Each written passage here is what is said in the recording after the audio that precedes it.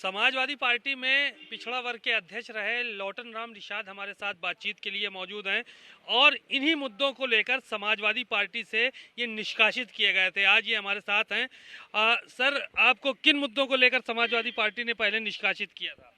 देखिए, जब मैं समाजवादी पार्टी पिछड़ा वर्ग प्रकोष्ठ का उत्तर प्रदेश इकाई का प्रदेश अध्यक्ष था तो अयोध्या में राम के प्रति आस्था के सवाल पर हमारे सामने प्रश्न खड़ा किया गया था।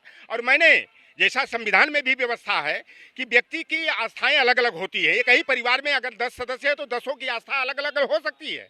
जैसे मैं हूँ, मैं जो है कि राम में मेरी आस्था नहीं है, न शंकर में है, न देवी में है, देवता में है। मेरी आस्था भारतीय संविधान लोकतंत्र में है, ज्योतिबा फूले छत्रपति साहू जी महाराज में है। हमारी पत्नी जो है सावित्रीबाई फूले को मानती हैं, तो हमारे बच्चे जो है ज्योतिबा फूले फातिमा शेख को मानती हैं, उनमें आस्था रखती हैं। तो उसी आस्था के सवाल पर मैंने कह दिया कि राम में मेरी आस्था नहीं है, मेरी आस्था संविधान में है, ज्योतिबा फूले छत्रपति साहू जी महाराज में है। क्योंकि इन्हीं महापुरुषों की बदौलत हम लोगों को पढ़ने का, लिखने का, उठने का, बैठने का, नौकरियों में जाने का, सम्मान से जीने का अधिकार मिला है। और इसी मुद्दे को इतना तुल दिया गया था, सारी जो है कि आरएसएस का खेमा हमारे विरुद्ध लामबद्ध हो गया, जिसके कारण मुझे समाजवादी पार्टी के प्रदेश अध्यक्ष पद से पदच्युत कर दिया गया था। लेकिन आज यह मुद्दा जो है बड़ा धारदार हो गया है। प्रोफेसर चंद्रशेखर जी जो बिहार सरकार में शिक्षा मंत्री हैं, उनके बयान के बाद जो है स्वामी प्रसाद मौर्य जी का जो बयान आया है, तो आज ये पूरे देश में भूचाल ला दिया है। और यह वैचारिक विमर्श का मामला है। जो शब्द जो रामचरितमानस जिसको धार्मिक ग्रंथ कहा जाता है, मैं धार्मिक ग्रंथ नहीं मानता हूं, उसे तुलसी का एक साहित्य मानता हूं, जिसमें लगभग में 53-54 ऐसी चौपाइयां हैं जो ओबीसी, एससी, एसटी और नारी जाति और माइनॉरिटी जिन्हें यमन कहा गया है, उसमें इन 97% जनता का जो है कि अनादर किया गया है, अपमान किया गया है। आभिर यवन किरात खस स्वपजात यति अगर रूपजे कि यानी कि अहीर, यमन मुसलमान और ईसाई, खस आदिवासी, स्वपा जिसे वाल्मीकि हम लोग कहते हैं, यह अधम से अधम है, नीच है, महापापी है। और जिस निषाद राज ने राम को शरण देने का काम किया था, तुलसीदास ने अपने जातिवाद की भावना को उजागर करते हुए उन्होंने लिखा है, लोक वेद भांति ही सब नीचा, जा शिक्षा छुई ले ही सींचा। निषाद की परछाई पड़ने से भी व्यक्ति जब तक नहाता नहीं है तब तक शुद्ध नहीं होता है। और आगे तुलसीदास ने निषाद को गाली देते हुए लिखा है कि यही मोर बण से हमारी बण से उकाई ले ही न बासन बसन चुराई। हे राम जी, हम तो तुहार इतने सेवा कैली कि हम तुहार कपड़ा और बर्तन नहीं चुराए। इस तरह की जो अपमानजनक बातें लिखी गई हैं, यह हम लोग अब बर्दाश्त नहीं करेंगे। चाहे लोहार कुहार सुनार हो, तेली तमोली बरई बारी हो, नाई हो, धोबी हो, कुजड़ा कसाई हो, फकीर हो, जुलाहा हो, गद्दी हो, कुर्मी हो, काची हो, आहिर हो, चाहे चमार पासी धरकार बसफोर वाल्मीकि हो, अब सारे समाज का स्वाभिमान जागृत हुआ है।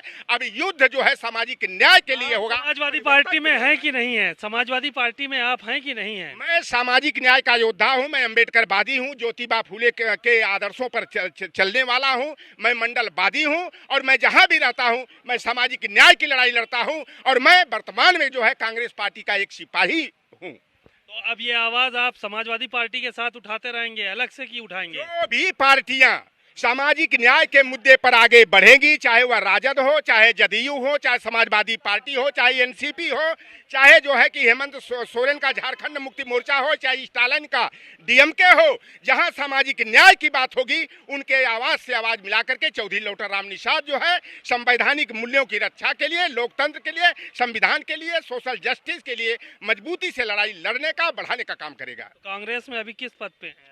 कांग्रेस में मैं पद कोई नहीं है, मैं एक सामान्य कार्यकर्ता के रूप में हूं और राष्ट्रीय नेतृत्व को जो जिम्मेदारी देना होगा उसका मैं भली भांति निर्वहन करूंगा और पार्टी के खोए हुए जनाधार को बढ़ाने का, मजबूत करने के लिए मैं प्रयास करूंगा। स्वामी का समर्थन कर रहे हैं? मैं स्वामी प्रसाद मौर्य जी हों, चाहे प्रोफेसर चंद्रशेखर जी हों, जिस दिन से प्रोफेसर साहब का बयान आया दूसरे दिन ही लौटन राम निषाद कहा कि मैं प्रोफेसर चंद्रशेखर सिंह के साथ मजबूती से खड़ा हूं, अगर लाठी डंडे के साथ भी खड़ा होना पड़ेगा तो ऐलाने जंग होगा, सामाजिक न्याय की लड़ाई को नई धार दिया जाएगा। और स्वामी प्रसाद मौर्य जी के साथ भी मैं मजबूती से खड़ा हूं, उनकी वैचारिकी का मैं सम्मान करता हूं। डरते नहीं हैं आप? बिल्कुल डरना, मरना तो सत्य है, आज नहीं तो कल तो मरा जाएगा तो सामाजिक न्याय के लिए मरा जाएगा, पिछड़े वंचित समाज के हक हिस्से के संघर्ष के लिए मरा जाएगा। कौन जीने आया है?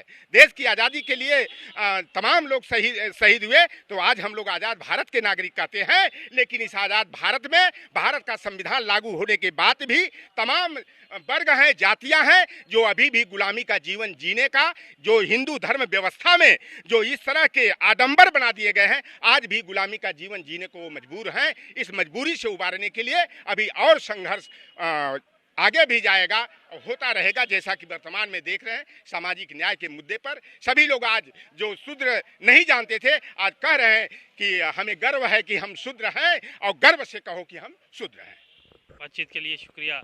ये लौटन राम निषाद हैं, पहले समाजवादी पार्टी में थे और इन्होंने राम में आस्था न जताई, इसके चलते इनका आरोप है कि समाजवादी पार्टी से इनको निकाला गया और ये इस वक्त कांग्रेस में हैं। बहरहाल स्वामी प्रसाद मौर्य के बयान के बाद इन्होंने भी स्वामी प्रसाद मौर्य का समर्थन करना शुरू कर दिया है और कह रहे हैं इस सामाजिक लड़ाई को, सामाजिक न्याय की लड़ाई को आगे भी जारी रखेंगे। कैमरामैन आशीष के साथ सीमा नकवी, भारत समाचार, लखनऊ।